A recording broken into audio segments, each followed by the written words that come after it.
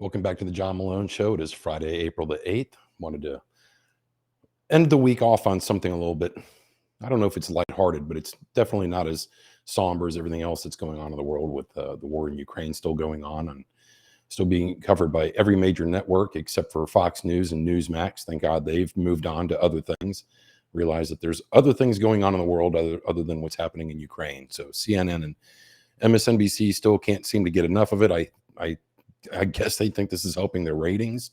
I imagine that most people have tuned out by now, but they're just going to stay dogged and relentless, and they're going to double down on this coverage. So the one thing I wanted to talk about today is to tell you to go plus yourself. So over the last 50 to 60 to 75 years, television has been the main staple of entertainment for almost every household around the world. And then we have the silver screen, so movie theaters. So it's TV and movie theaters. But now we have entertainment everywhere we go. So whether it's on our cell phones, tablets, desktops, laptops, it's literally everywhere. So you can find something to entertain you. Although somebody once said boredom is an insult to your intelligence. So like if you need something to be constantly entertained, you maybe need to look inside yourself. A lot of my friends that I've talked to recently have just gotten away from television altogether, and they don't go to the movies. So they're reading books or listening to podcasts or, finding things to not so much as entertain themselves, but to educate themselves, to better themselves. But for a lot of people, we still rely on television entertainment. I grew up on TV. Most of the people in the 70s and 80s, we were latchkey kids. Parents worked all day. And, when we got home from school, we turned on the television, did our homework while watching TV. And were raised by the Cosby Family and other great television shows like Cheers and MASH. And, the list goes on and on and on. So, and television is still a very important part of medium to get us information and entertainment and education.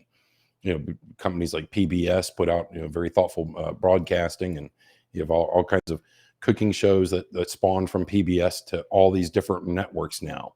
And that's really what I want to talk about is all these networks, because about 5 to 7 years ago, people started cutting their coax cable. They wanted to separate, from these companies like Comcast and Xfinity and just all the different cable providers, because they were paying an exorbitant amount of money for a couple of hundreds of channels, and they just didn't find anything entertaining on, so it wasn't worth their money. Well, then, a few years ago came in streaming services. So now you have Hulu and Netflix, really were the kind of pioneers of this. And now everybody has, a streaming app. So whether it's on your TV, your phone, your computer, you can stream all of this, entertainment. But how much is too much? Because, and listen, I what do I have right now? I think I have Paramount, so or no, Peacock, so I can watch IndyCar racing, because that's the only place I can watch IndyCar racing now. But other than that, my television cable that I stream is through AT&T. Well, it was AT&T Direct. Now it's Dish something. I don't know. I can't even keep up with it, because even now, if you go to like on my television and you go to download the apps, there's AT&T Now, which is still up for some reason. I don't know, even though it's like a dead channel. This all becomes so confusing. I don't know what these networks and these corporations are trying to do. Where already, if you're paying for, whether it's YouTube, has their own cable service, you've got Sling. I mean, the list just goes on and on of the amount of companies now where you can stream and get about like 100 different channels. And some you have to pay premium to get sports or anything else like that. But mine is whatever the AT&T one is at this current moment. So with that, I started looking at what are all the different options out there now, and why aren't these parent corporations just putting everything under one umbrella?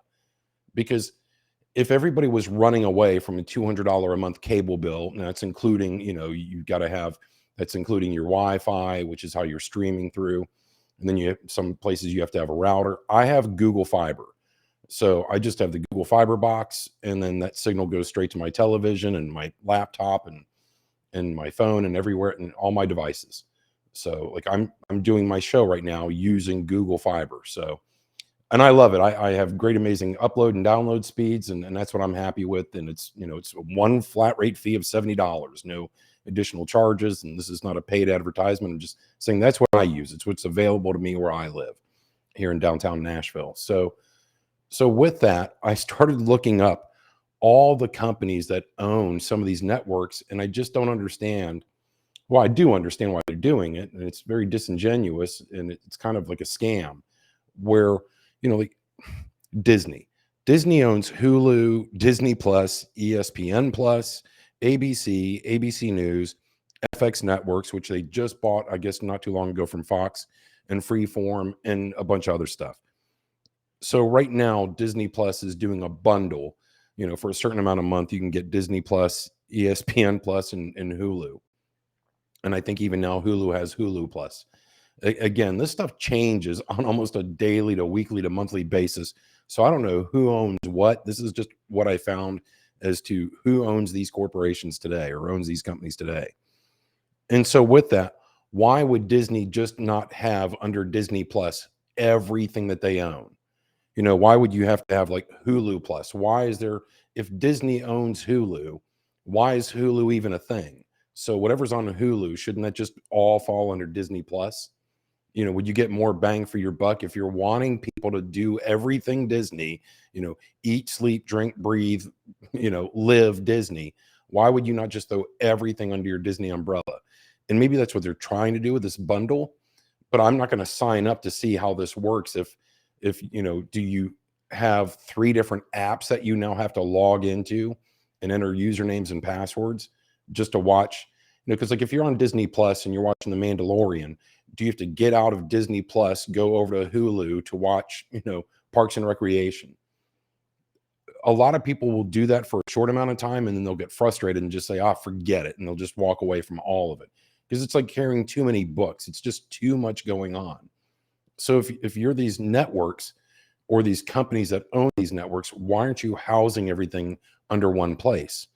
Because AT&T is probably one of the biggest conglomerations, and the things that they own are just mind-blowing. With right now, I guess they're trying to merger. I think this is so convoluted, where AT&T is trying to merge either their Warner Media division that they own with Discovery. And already right now, AT&T and Warner Media own HBO, TBS, TNN, True TV, CNN, and Headline News, and whatever else they own. Why? And now CNN at the beginning of this month released their new CNN Plus. So if you're fed up with what CNN is doing 24/7 on their news network, go join their Plus channel and see them screw that up too. I mean, I do not want to go see one of their anchors is going to have a book club. Come on. I mean, this is just insane. Once you get good at what you're doing, just incorporate all that together. You're failing at what you're doing right now with the news, and you've lost the public's trust in your reporting of the news. And you think they're going to go pay any amount of money to go subscribe to your Plus channel? I mean, the diehard cult followers probably will, but then that's the far left liberal, because these people all push now. Their politics are involved in what they're putting out there. So how much are you going to spend as an individual every month when you have to figure out all your bills, your utilities, groceries, everything else that you have to do? And then what do you have set aside for entertainment? Going to baseball games, football games, hockey games, movies, go out to a nightclub or go out and have a drink. All these things that we consider entertainment. And then you add on to that your television and your cable, and now all these streaming services, because it's $9 here on this one, $12 on this one, $6 on this one, $19 on this one, and you can watch it on several televisions. You are back up to a $200 cable bill at the end of the day. So if you really wanted to capture your audience and keep them in one place, the way that Facebook tries to do is they want everybody on their platform 24/7. Why would you not have everything there? Why would you not have all of this under one umbrella instead of having all these different apps that you have to download? It should just be a one AT&T app or one Warner Media app, whatever one you want to call it, and have everything you own under that for $22.95. I don't know, whatever it is. But you I don't see how you think this is going to be a sustainable business model. And people apparently with big brains sit around a table and figure this stuff out. Yes, you will get some people to join for a short amount of time. So you'll get that small money grab because you're doing these, $5, $6, $8, $9. But that's going to be a short amount of time because how many people have jumped off of Netflix just because they released a controversial documentary, that cuties, thing? This is what happens when you get politics, and money involved. People are just going to say, I'm walking away from it. You know, for me, it's like, look, we just want to be entertained. We're looking for, as little, as few sources as we can to get our entertainment. And when you had cable television, you just had one thing. You turned the TV on and you scrolled through the channels and you could find whatever you wanted. Everything was on there. But now when you have like AT&T, Warner Media, Disney, Paramount who owns CBS, BET, Comedy Central, MTV, Nickelodeon, Nick Jr., Paramount Pictures, and the Smithsonian Channel. Does Paramount have all of that under just a Paramount app? I don't know. I mean, this is where I'm trying to figure out what is your plan? What is your goal? Are you wanting to keep everybody, specifically Paramount, specifically Disney? And if you do that, then I think you would have a better chance of having that revenue that you're wanting, from your business. But when you start spreading everything out, it becomes like Baskin Robbins. Yeah, you're excited they have 31 flavors, and you go in and you see all the choices, and then you pick Rocky Road. But when you walk out the door, you're like, oh, I should have gotten cotton candy, or whatever other flavors they have. Do you have that buyer's remorse? Because that's what happens to a lot of people when they have too many choices. You go to a car dealership and you find whatever car you want, but they have it in 37 different colors. And so you buy the voodoo blue, and then as soon as you leave the lot and you see like a different color out there that, oh, I should have gotten that color. It happens all the time. So why aren't they trying to put everything under one umbrella? Because for me, it would be like, imagine, even right now with Apple Plus, it's going to take them a long time to turn this into something sustainable because they only have a select amount of shows on there. And so then what else are they, do they have to offer you unless they're showing, any old shows that they've purchased, from other networks.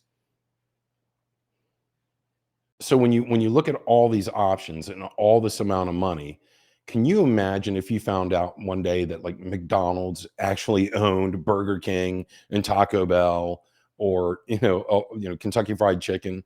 That if one corporation owned, like I said, McDonald's, as big as they are, if they actually owned all the other companies, they don't. But that's what this feels like, and a great reference for that would be like, imagine in a world where like 8 major corporations owned all the food and all the drinks that you drink. Oh, wait, that already exists. I don't know. What's your thoughts? Leave me a comment down below. Are you just completely, done with entertainment? Are you done with television? Or are you doing like I am, where you're getting more and more from YouTube? Leave me a comment down below and let me know what your thoughts are. And if you enjoy my content, please make sure to hit the subscribe button. Have a wonderful weekend.